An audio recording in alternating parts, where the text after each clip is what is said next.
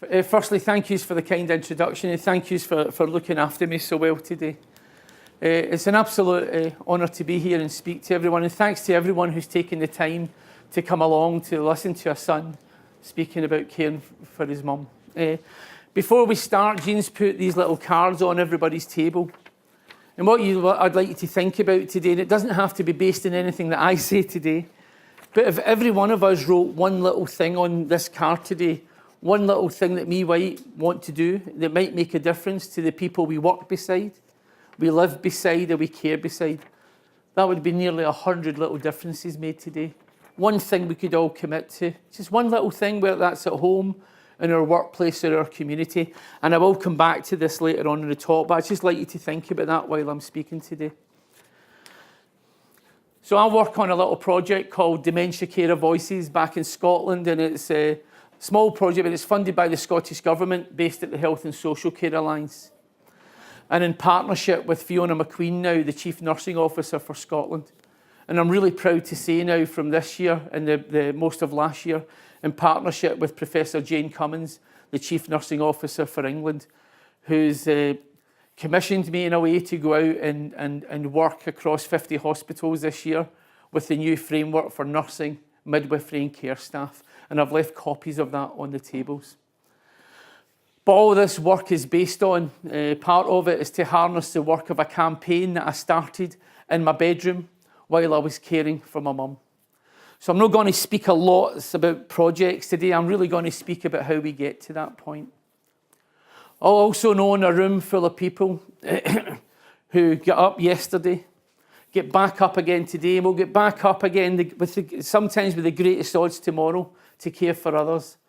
That 1 in 3 of us at some point in our lifetime will have a family member, a neighbour or a friend who is living with dementia or has lived with dementia.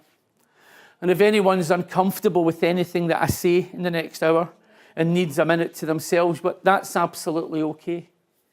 I personally find it really difficult to listen to other people speaking about dementia, or their mum, or their dad, because I often think about my own mum, and quite often I have to have a bit of reflection time to myself. But we're surrounded by the kindness and the care that I've felt since I walked through these doors today, and I'll stay around as long as anybody wants me to, if they want to have a personal conversation. But it feels really important to me as a son to have an opportunity to be able to speak openly and honestly to a group such as yourselves, and I hope the next hour is important to you. I also would like you to think while I'm speaking why you do this remarkable thing. Why is this room full of the most important, most valuable and knowledgeable and beautiful and precious professions that we've ever created? There is no other more important and valuable and important profession than professions that care for other people, and often the most vulnerable in our society. I think this room celebrates and is full of that today. It's full of knowledge, it's full of skill, and I absolutely know when I walk through these doors today, it's also full of kindness and care. And I thank you for that. I thank you for doing it yesterday and today. And I celebrate you for still getting up and doing it again tomorrow. And I hope the next hour explains to you why I think that's really important. So my name is Tommy Whitelaw, and I was a full-time carer for my kind and beautiful and brilliant and magnificent mum Joan. My mum passed away on the 22nd of September 2012, and my mum had vascular dementia. And I cared for my mum at home from 2007 until my mum passed away. I went back to Glasgow to visit my mum in 2007, not because of dementia or to become a carer. I had no clue what dementia was, and I certainly never knew who or what a carer was. I was actually going back home for my own reasons. For the 25 years previous to that, I worked in the music industry, and I travelled pretty much 10, 11, sometimes 12 months every year. And I was getting burnt out, and I was getting disillusioned, and I was making far too many mistakes. And they were just some of the reasons I was going back home to visit my mum. The other reason, I think, is the same reason that most sons or daughters go home to their mum or their dad if they're still there. My relationship had broken down. In amongst being burnt out and disillusioned and making these mistakes, I had messed up another relationship. But that's the first place you go to, I think. No matter how young or old you may be, you go home to your mum or your dad if they're still there. Because they make things better. And they take time to listen. And they help you understand the mistakes you're making. And they help you back onto the path that sometimes we stumble from. That's what mums and dads do. So that's what I was doing in 2007, going home to Glasgow for my mum to do what she'd done many times before. She'd put her arms around me and suddenly my life would feel just a wee bit better. But before coming back and from a distance, people had started to get in touch with me to say that they were becoming concerned about my mum. Or in their own words, my mum's behaviour. But I just thought maybe my mum's maybe just getting a wee bit older. Maybe she doesn't want to go to the places she used to go to. Maybe she doesn't feel like doing the same kind of things she used to like to do. But in coming back, things had changed. And they were going to change continually and consistently for the next nearly 6 years. And when I first got home, it was still all about me. I'd made a decision to take a 2-month break from my job, go back to Glasgow where I was born, go back to the house that I grew up in and sit beside someone that I felt loved by.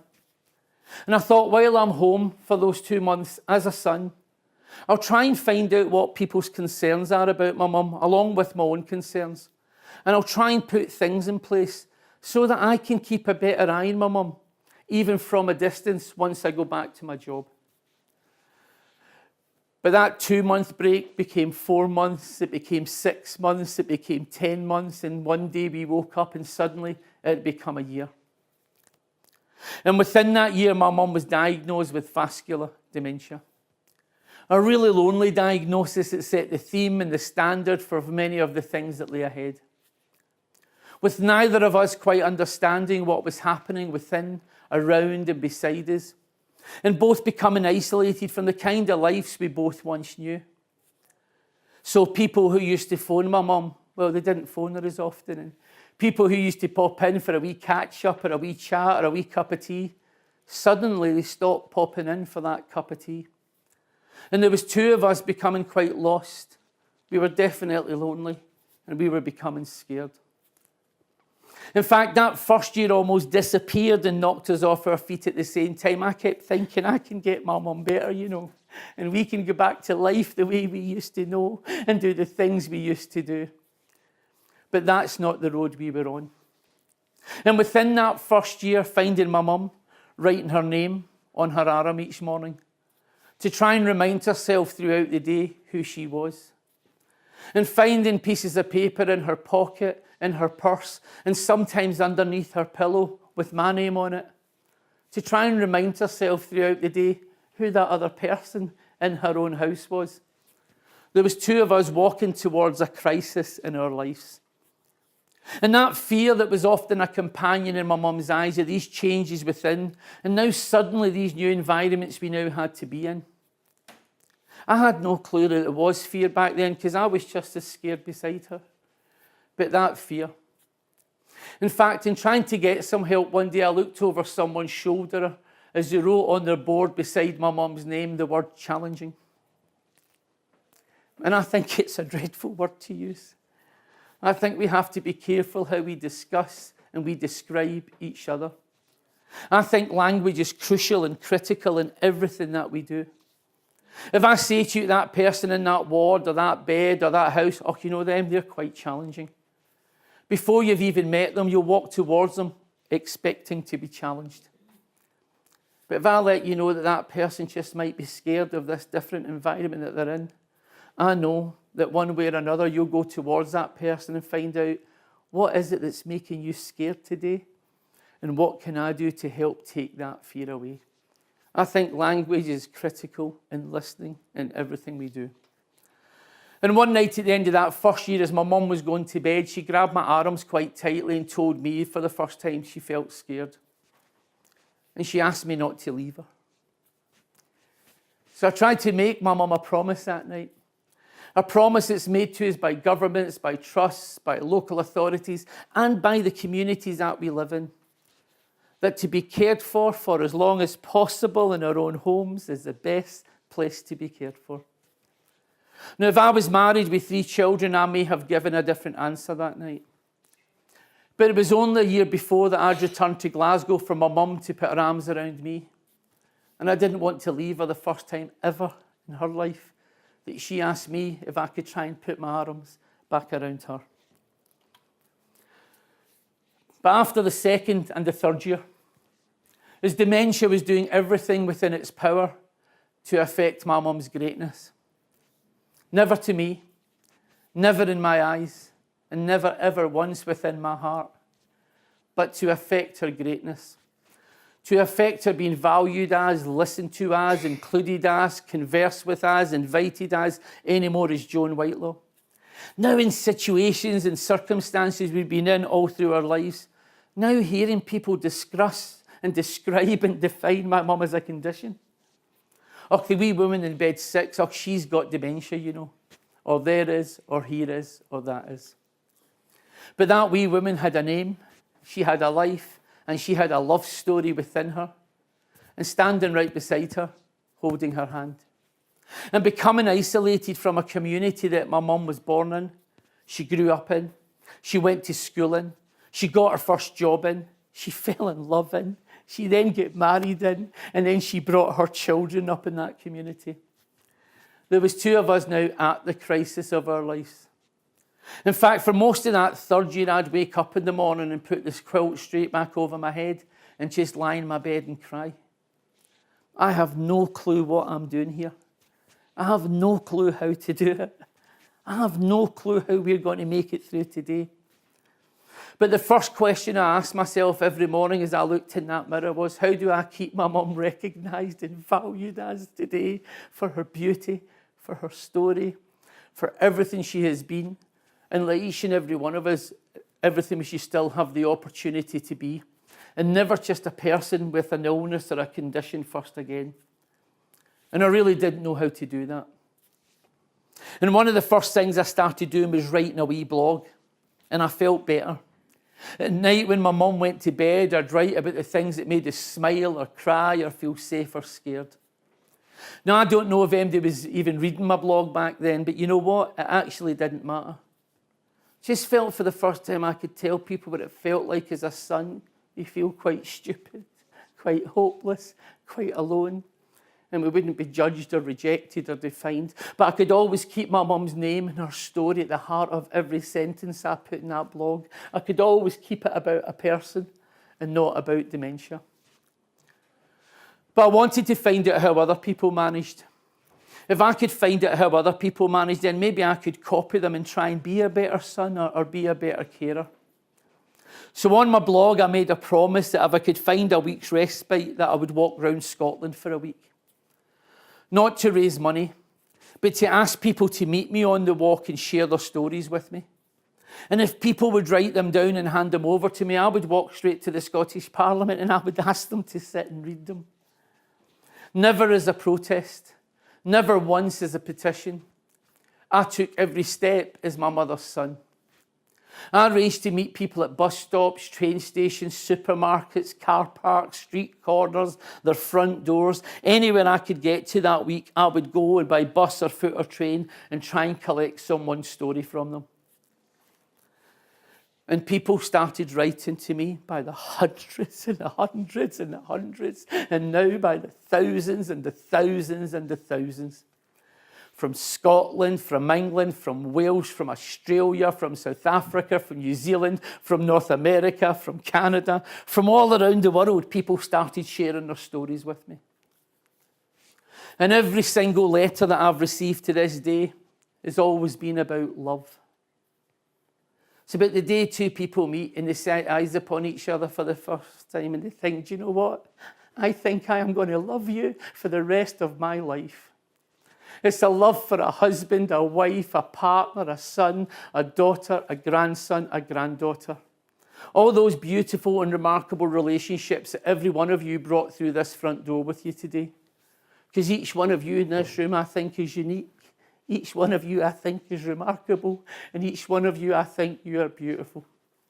And your story, and your story, and your story, and my story, and all our stories should matter to everyone who plays a part in them, no matter how big or small that part may be. Once we open our front doors to someone's story, I think we have a duty to play the very best part we can. But the word love is outmatched and outnumbered in every letter by the word loneliness. The word loneliness appears more often in each letter. The words isolation keep appearing more often in each letter. And this conversation about understanding, I'm not quite sure what's happening to me anymore, or as a family we're not sure what's happening to us, or people that we meet, really good people with good intentions, but I don't think they understand who we are, who we have been, and who today we're just trying to be. So that part of my campaign, which is still ongoing, is called Letters, Life and Love Stories. And people write to me every couple of days. I'll receive another letter from someone that I've met. Sometimes at this point, I would show you a short film about that walk, and you'd get to meet some of the incredible families reading from their letters. It's one of 20 films and podcasts that I've made. They're all up on our website if you ever want to go and watch any of them. But my campaign for the last couple of years and this year is called You Can Make a Difference. I'm doing 848 talks in 4 years for free around the UK. This is talk 717 today. I'm doing a talk in a different hospital, university, college, care home, hospice, anywhere that Jean and the team are kind enough to invite me and people are kind enough to come along. And I'm asking everybody that I meet, is there things that you might already be doing or you might like to think about doing that might make a difference to the people you're sitting beside, you work beside, or that you care beside? Because it's people that change lives. It's people that make a difference. Over and above policies and strategies, it's people that change lives. It's people that make it the most beautiful letter to read. You read that letter and you think, do you know what? I am so glad you met that nurse today, that care worker, that doctor, that volunteer, that porter, that neighbour, that friend. I'm so glad it was that person who greeted you at that front door or who stood by your bed. It can also be people who make them quite difficult letters to read. Why did you have to meet that person today? Sometimes I read the letters and think, if I could just take the nurse or the care worker or the doctor or the porter or the person for this letter and transfer them into this letter over here, what a different story it might turn out to be. And no matter what your role is and no matter what you do across this remarkable hospital and these remarkable trusts, you have the potential and the opportunity to transform the lives and the experiences of the people that you care for. I mean, what an incredible gift to have. What a brave and beautiful and remarkable role to play, that these seats are taken up by people who woke up one day and thought, I'm going to dedicate my skill, my learning, my knowledge and my care to others. I'm going to get up and do it yesterday. I'm going to get back up and do it again today. And against the greatest of odds, I will still get back up and do it again tomorrow. But that gift that I know this room will be absolutely full of today, I think becomes the most beautiful and precious and important gift of all when you share it with someone else. When you share your knowledge, your skill, your kindness with the people you're sitting beside, you work beside every day, and you care beside. When you share that remarkable gift with our mums, with our dads, with our brothers, with our sisters, and our sons and our daughters. That's when your gift becomes the most important gift of all. And it's called Make a Difference because of people, and I'm going to try and tell you about one of them just now, who happens to be a nurse. But while I'm speaking about this person, no matter what your role is and no matter what you do, I hope it's you that I'm describing. I hope it's you that I'm speaking about in the next few minutes. So I came back in 2007, really, for my mum to put her arms around me. And within 5.5 years, my mum was unable to walk. She was unable to talk. She was unable to swallow. She was unable to recognise her son holding her hand. And every time those changes happened, it left us on our knees. As a family, just as we thought we had found a way of getting through each day, we'd wake up and dementia had changed everything. Things we could do and achieve the day before, we'd wake up and we could no longer do them, so we now had to start from here. And I think sometimes all of us, we get so caught up with work in life that we often forget the little things, I think, are really the big things to people. I think the little things are massive. We've all made little decisions here today. Firstly, we've decided whether to come along. We decided whether to come by train or car or bus or walk. We made a decision about what clothes we'd put on this morning, and each of you decided what seat you would like to sit in. But when people start making decisions about you and not with you, it can leave you feeling quite lost and alone. And they are massive. So I got up one morning to give my hard-working, dignified mum her breakfast and medication. And my mum had had an accident in her bed. And it was that quick, in one overnight sleep, my mum was doubly incontinent. And I'm here to plead with you today to promote continence every person, every occasion, every time. And I really didn't know what to do first. The first thing I knew was that my mum shouldn't sit like that for a second. No person, whether in a hospital or a care home or being cared for by their own son, should be allowed to sit like that for a second. The standard that we walk past is the standard we all accept. The standard that we walk past is the standard we have just promoted. And my question today is to you, what standards do you promote each day you walk through these corridors? And I really didn't know what to do first. So before that, we stumbled through it. When my mum started to need more help to go to the toilet, I used to sit with my back against the toilet door and try and talk my mum through what to do.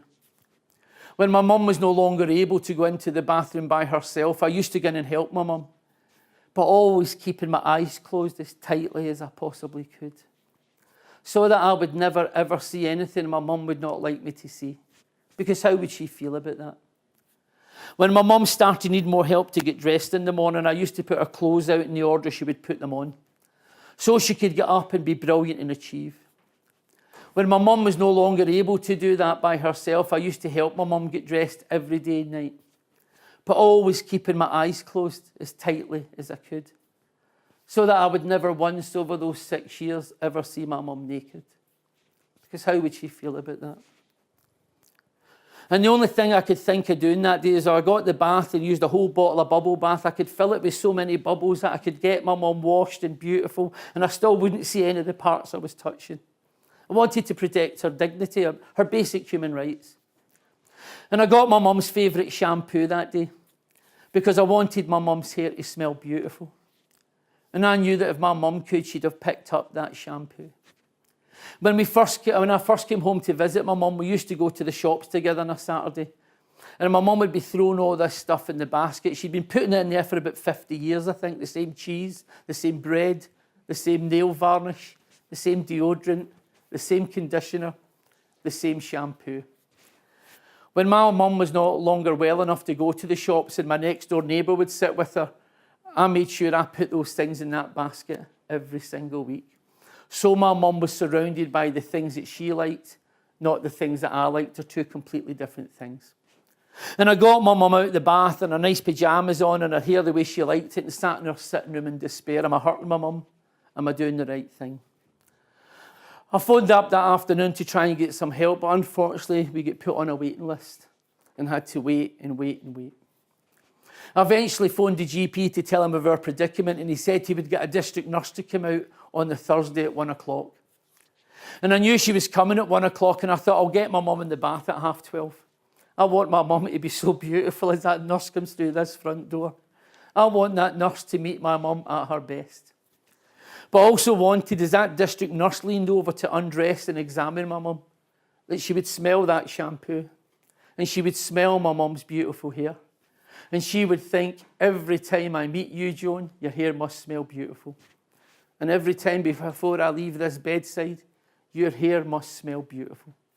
I wanted to set a standard with a wee bit of help and encouragement we could achieve for the last few months of my mum's life. And while I was bathing my mum, the door went. It was the district nurse. She'd arrived about 20 minutes early.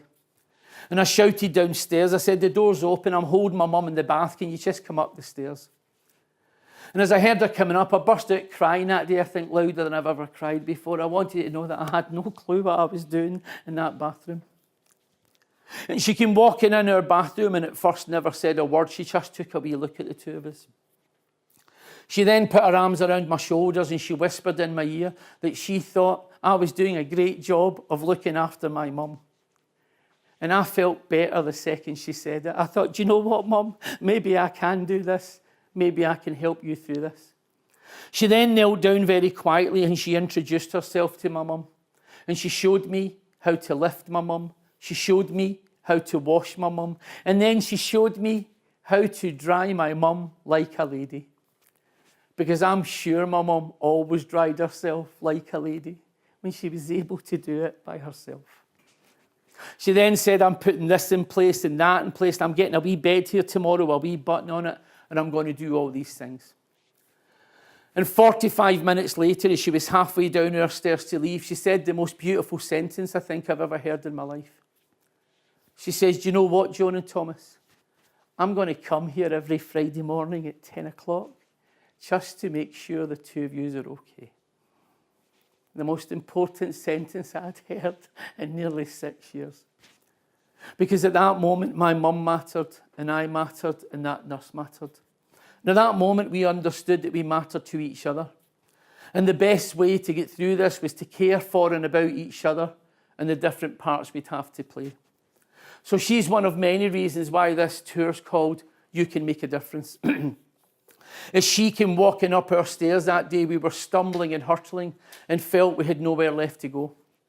And 45 minutes later, when she walked back down and we were back on a path, we had somewhere to go, and that nurse was going to help us along the way. And if I saw that nurse today, I would run across the street, I would shake her by the hand, and I would tell her, thank you for the things you've done for my mum. And if I saw her again tomorrow, I would cross the street again. I'd shake her by the hand again, and I would tell her, thank you for the things you've done for us. But I have to tell you something about her. She walked out our front door that day, not even realising what she had just done for two people, because she was just being a great nurse.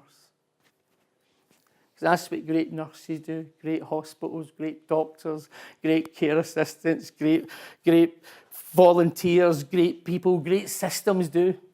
They meet people who are at their most vulnerable and they help them understand. And I hope that's who you are. I hope no matter what your role is and no matter what you do across this trust, that's who you are. I hope it's who you were yesterday. I hope it's who you are today. And I hope it's who you want to be tomorrow.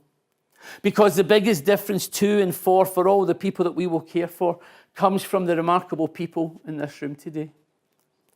This is a room full of people who are part of the greatest profession that we have ever created, the profession of care.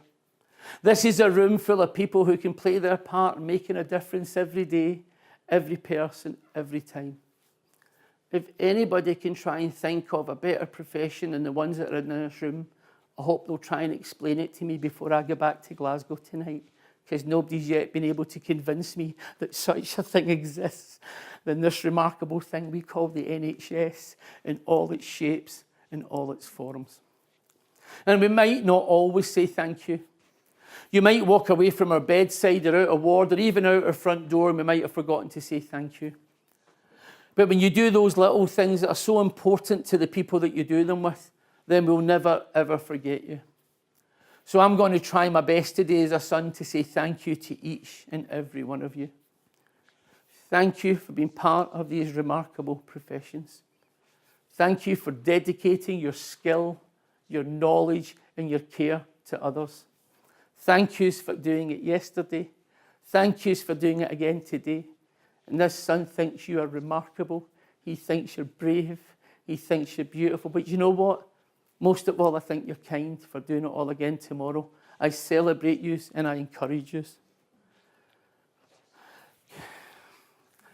So part of our campaign and piece of work is about how we turn our good intentions each day into a purposeful action. So I woke up every day with good intentions to be a good son and a good carer, but you know what? If I'm going to be really honest with you, I probably failed more days than I ever succeeded because it just felt too hard. And we should always be supported to turn our good intentions into purposeful actions, whether we're an unpaid carer at home Are we the chief executive of the trust? Or whoever we are in this room? How do we support each other? Okay. So as of yesterday, just over 18,472 hospitals, universities, colleges and care homes have pledged trees up. And you can go onto our website and read every individual story, and you can read every pledge that people have sent me. We're asking people to use them for a couple of things. Firstly, for values-based reflective practice, but actually to really support the people who do these remarkable jobs, to give them a voice and give them a place so as you walk down corridors, you get a feel of the values of the people who work there. Not a value that's stuck in a sign outside in the main road, but the values of the remarkable people who get up and do that job every day. We ask people to use them and use them at team meetings. So I'll try and explain some of them very quickly. So this was Morecambe Bay Hospital. We started off, they launched 30 trees. Now 870 different staff have made pledges. And you can read a nice report on our website about how they were supported by the board to turn a lot of those pledges into action. So when people read them, they thought, you know what, I could help you with that. Is that what you want to do tomorrow? I'm your person.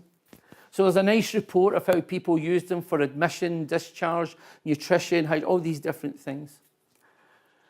This is Colchester Hospital. And I did a series of talks there, and a young girl from the local art college read about it in the local paper and spent a week painting this tree outside the surgical wards. And now staff and families can hang different messages on it. And that's where they have their team huddles and their team meetings. When they're having a team meeting, they have it beside the tree. This is Combined NHS Trust.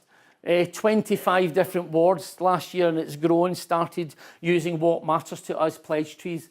And I'm actually going this right, it's a sentence I never thought I'd say, but I'm going next Friday to award Tree of the Year. I never thought I'd be saying that in my life, but there you go. That's what I'm doing next Friday. They're all going to present for a few hours what they've done with their trees and how they work with each other. So this is 9 care homes across Fife in Scotland. And how they wanted to do that was outside each person's front door who lives there. In their heart, they have a name. And they wanted to do it with paint, so all the handprints around the heart are the handprint of the person who lives in that care home. And within each of their handprints, they've written a wee story that they would like people to know before they walk through their front door. And in the handprints around that is different family member stories of how they're connected to that person. But this is really important. In the handprints around the outside is the handprints of the remarkable people who work in that care home and how they're engaged. I get a fright in my life here. So everything we do is based on this conversation. We're not saying this is how we'd like the conversation to go, but this should be the heart of each conversation. This is our 5 must-do with me steps. We think teams should be having this conversation at team meetings, firstly, and asking each other these questions, and then taking it forward. So this is our 5 must-do with me steps. What matters to you and who matters to you? What kind of information do you need? Nothing about me without me, and flexible services, which translates to flexible relationships, understanding and teamwork. And it's all about changing conversations. Too often, in my case, decisions were made based on people thinking, what was the matter with my mum? And in many of the letters I received. We're asking you to flip that conversation away from always being what's the matter with you, to flip it to what matters to you. Instead of making every decision based on what's the matter with people, flip that to who matters to you. We think having a what and who matters to you conversation with our colleagues and the people we engage with creates better relationships and better care. And it's underpinned by these 3 principles. Take the time to ask what matters. Take the time to truly listen to what matters. And once we've asked and once we've listened, we have an opportunity to do. So here's a little example of what matters to you in action. This is Bournemouth Royal Hospital, and they've made a commitment to ask every carer who comes in there what matters to you and who matters to you. And here's some of the responses. You can read the wider report on our website. They've also made a commitment to make sure they engage with patients in the hospital to find out what and who matters to them. But really, critically, this is where they started. They sat down and made sure they asked each other what matters to you and who matters to you. And you can read all these responses on the website. But this is the very first outcome. I'd like to introduce you to Colin, who since has sadly passed away. While I was down there, I did a week of talks where I did 2 or 3 talks a day for a week and spoke to about 1,800 staff. And the clinical lead and the care assistant came down to one of the talks, and I started on the Monday, and Colin had been admitted on the Friday. He wasn't living with dementia, but he deteriorated very quickly over the weekend, and Colin was very, very ill. And 2 of the team from the critical ward came down for the ward he was in, came down to the talk. And they'd been concentrating on things that are really important to keep Colin pain-free and do all these things. Really important. But they were basing it on what was the matter with Colin. But they went back up and they sat and held Colin's hand and said, Colin, while you're dying, what matters to you? And Colin says, well, I've been living with Rosemary for 30 years and I should have asked Rosemary to marry me. So they ran across the street to Tesco's and they got a cake. And they ran down the corridor and they got a chaplain. And this ring they're using in this photo is the care assistant's own wedding ring. She allowed them to use her own wedding ring. And Colin and Rosemary were married 17 hours before Colin passed away. It wasn't a policy. It certainly wasn't a strategy. It's just changing one word in a sentence away from what's the matter with you, Colin, to what matters to you, Colin. I'd encourage you to read that report. That's just one page. We heard from Rosemary, we've heard from the staff what it meant to them to sit and change a conversation very quickly that they've been concentrating on for 4 days to change one word and someone gets married. So last year I was really honoured to be invited by Professor Jane Cummins, the Chief Nursing Officer for England, to help launch their Leading Change, Adding Value, the framework for nursing, midwifery and care staff. I've left lots of copies on the tables today and we're asking people to have a look and engage and see if the values, the 10 commitments, and I won't go through them, certainly not 10 commandments, they're definitely 10 commitments, but to see if you're recognising some of those within our own strategies in our own workplace. So we will be focused on individuals experiencing high care, but commitment 6, we will actively respond to what matters to our staff and our colleagues. I'm really glad to see that in there. So we're asking people to reflect on that. We're also looking to build an atlas of learning. So here's the 3 key bits of it. We believe, or they believe, I'm saying we, but it's them. But we believe that everybody can lead change, that every single person in this room is a leader. Leadership's not for other people, it's for each and every one of us. So this is a triple aim that we encourage every one of us to lead change, but also we want to reduce unwarranted variation of care. And it's a term not everyone's familiar with, and I'll try and go through it quickly because I didn't know quite what it was at first. But we know that unwarranted variation of care happens everywhere. We know that if you look at Ward 5 and Ward 6, saying, and they both have the same people in for the same needs with the same staffing numbers, why is there more falls in Ward 5 than there is in Ward 6? That's an unwarranted variation of care, and we're trying to readdress that. So what we're trying to do, and I'm putting a call out today, is an atlas of learning.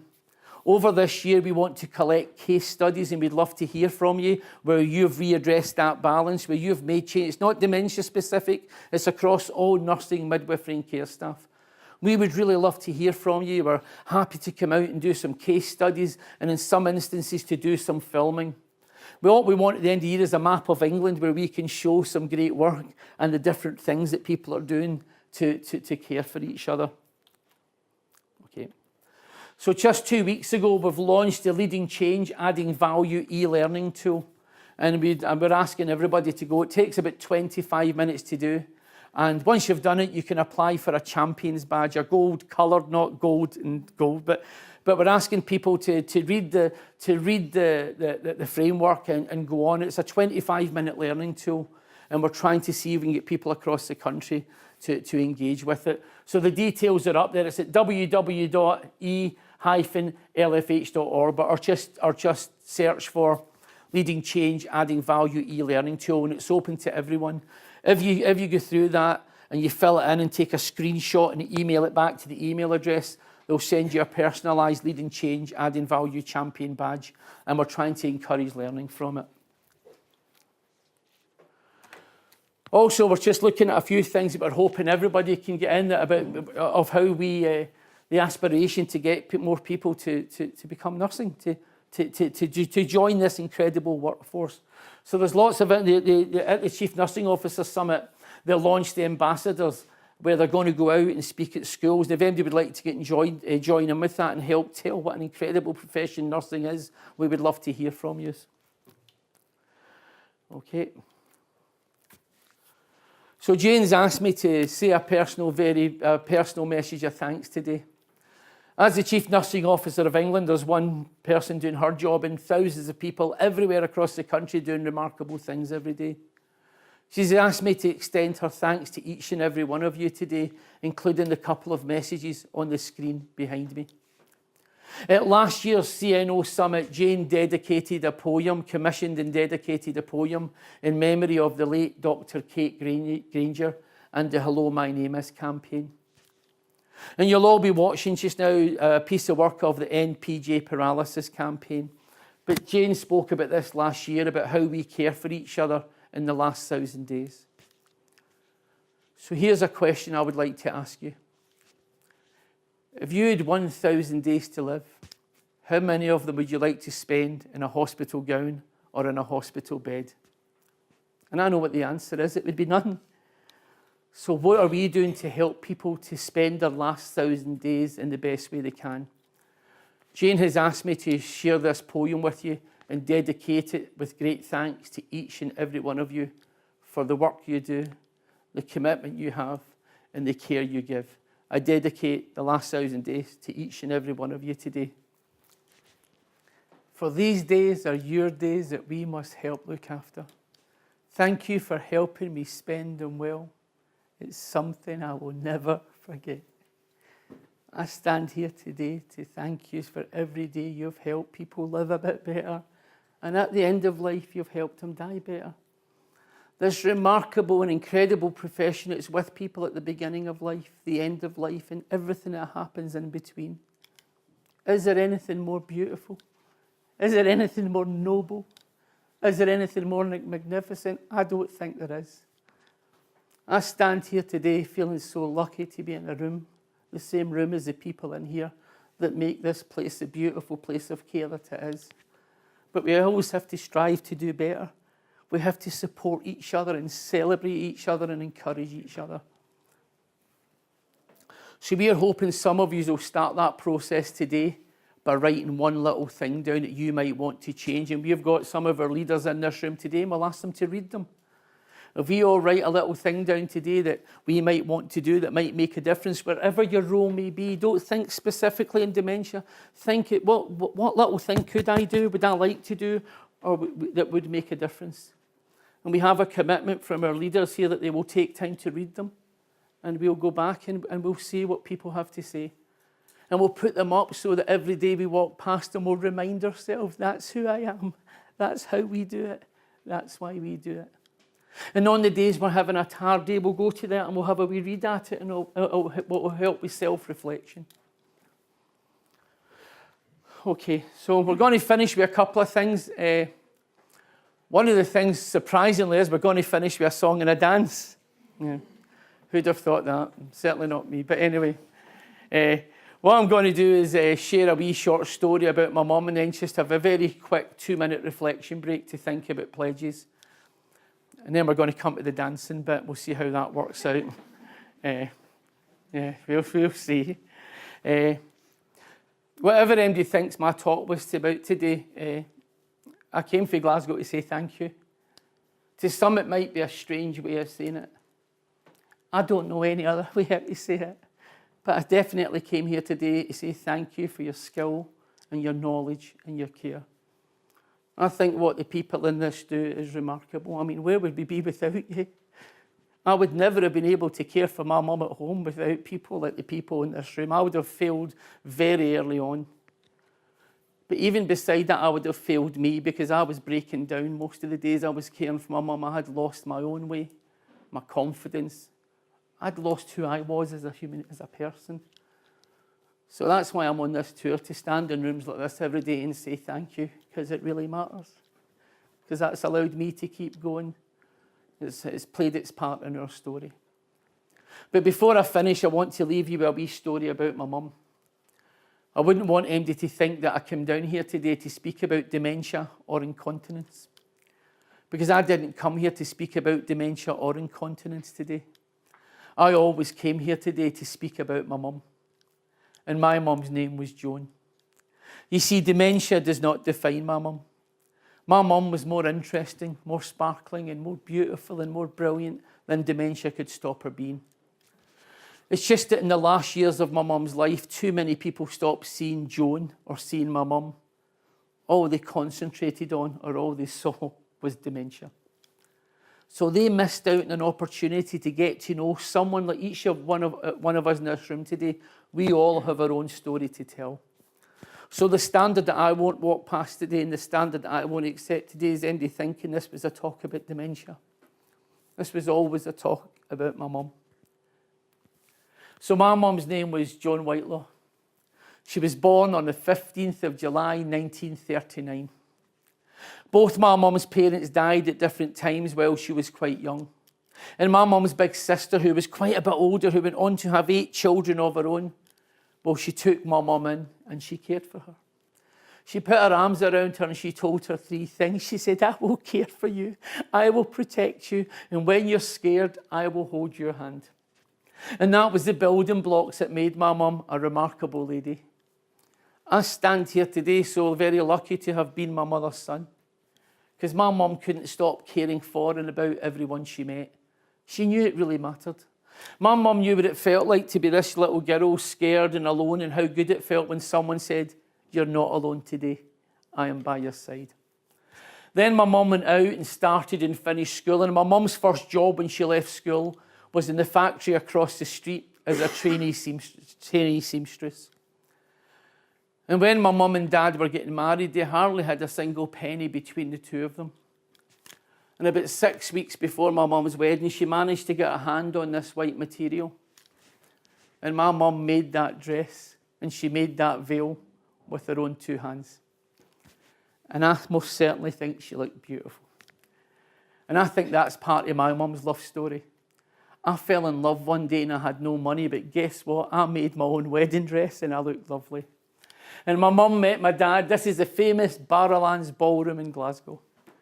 My mum's only ever boyfriend, my dad's only ever girlfriend. And I think that's a beautiful story. The day any of us in this room, we meet someone and we fall in love with that person for the rest of our lives. And my mum and dad gave their children everything and took nothing for themselves. And this will be a room full of love stories like that. And after my dad passed away, I went home to visit my mum one day and I looked over at her thinking, Mum, I think you're dying of a broken heart because you miss him that much. And this will be a room full of stories like that. That we've had people in our lives that matter so much, it hurts our hearts when we think about them after they're gone. But that's why you matter, and you matter, and you matter, and you matter. The people we work and care beside matter. Because essentially good care is about how we value and matter to each other.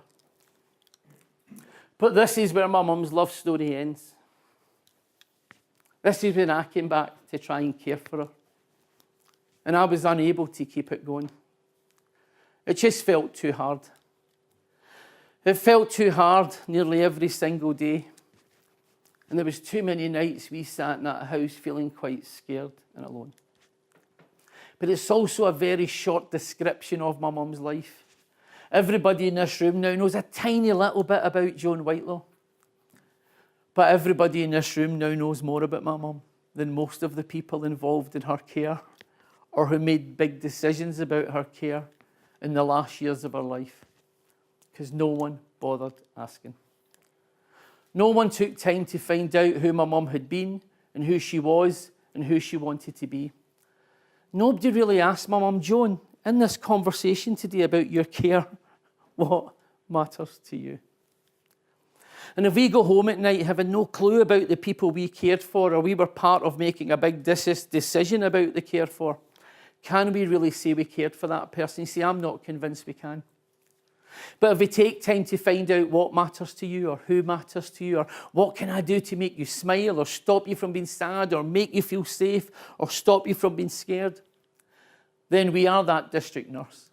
But more importantly, I think we've just played our part in the greatest story of all. We've just played our part in someone else's love story.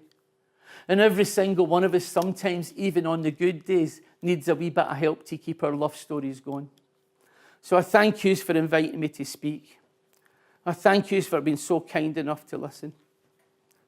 I thank you for allowing me to speak to what I think is the greatest profession we've ever created.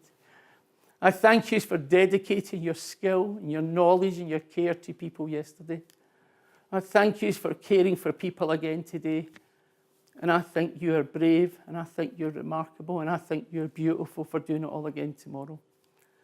But I just ask you as a son, find out what matters to the people you're sitting beside, you work beside, and you care beside. If you do, there's a chance it could change your life. But I think if you do, it will give you the information, the tools, and the knowledge to truly change the lives of the people that you work beside, you live beside, and you do the most beautiful thing of all. You get up every day to care beside. Thank you very much.